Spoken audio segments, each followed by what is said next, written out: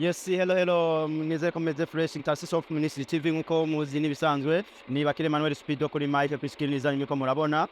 ubu ngubu mutubona ngaha turi kwa Sioni twagiye kwakira umuntu ko kwitumu white murabona ko ari isura tutamenyereye cyane ariko arahava bibwira kuva mu gihugu cy'u Rwanda ni Patrick Mazimpaka besha muzi nka Karabokimana wamaze kugera i Bujumbura urugendo warubonye gute Ebana urugendo rwari rurerure cyane urumva kuza n'imodoka ngenje n'imodoka ntabwo nje n'indege ariko ndahageze nshimye Imana rero ko mwageze kubera ko bashimye kuza n'imodoka hakuza n'indege urumva ntabwo twebwe izina ndarifite abantu benshi baranzi ariko ntabwo urumva nahisemo kuza n'imodoka ngira niyo nzira wabonye hagufi cyane wasekirwa nitegereza neza i Burundi urabe kuva hari agasenyi nemba mu Kirundo gushika i Bujumbura wabonye gute imiji wagira cyangwa yo mu Burundi Bujumbura ni heza muri rusange Burundi ni heza ariko none kugera i Bujumbura bikaba karusho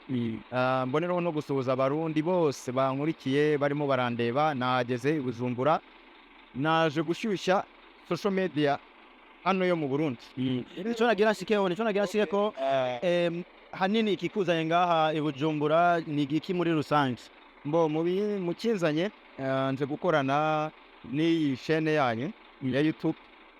muri make mu kugira ngo twamamaze ministeri yitwa Tarsis Hope Ministry abantu ngira ngo mumaje kuyimenya ni ministeri ifasha abababaye abantu nyine bababaye ubwo rero najye nk'umuntu ufite kugaragara gutya bidasanzwe nta mpamvu ntaza gusapotinga iyo ministeri nje mu rwego rwo kwisapotinga ariko by'umwihariko nshimira n'umuyobozi wa ministeri urumva ntabwo yankuriramo ubusa urumva hari akantu nyine azajya ampereza ariko nanjye naje mu buryo bwo kugira ngo dukomeze dusapotingane from KGL to BJ ni ikintu ubona ushobora kubwira nk'abanyarwanda usanga batinya gushika ngaho i Bujumbura kubera imvizi cyangwa iziri oya i Bujumbura ni heza haragendwa abanyarwanda muze rwose muzi Burundi ni heza hari umutekano abanyarwanda abarundi baradutunze cyane murabona yuko nanjye naje abantu barabyuka mu minsi itambutse mu myaka ishize ntabwo umuntu umeze gutya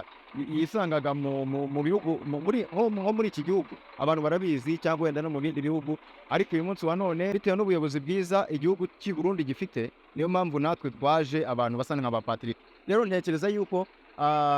mu gihugu cy'u Burundi ndizere ko nta wundi muntu mwari mwabona ushyushya social media umeze gutya arahari ntawe ari umuhanzi gusa ari umuririmbyi barazi cyane mugabo nibisanzwe warazwe ariko njyewe ndi n'umuntu wa comedy influencer ndi umukomediye ndi umuhanzi n'itangazamakuru narikora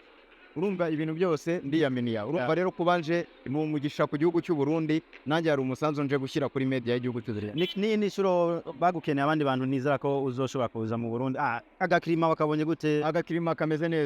neza ahubwo ndagira ngo tuzatembere Burundi ntabwo ari ubwa mbere mpaje ndashaka kuzongera nkatembera nkajya kuri Tanganyika nigeze kuhaza mu minsi iheze ibintu bigenda neza cyane so tuzatemberana Burundi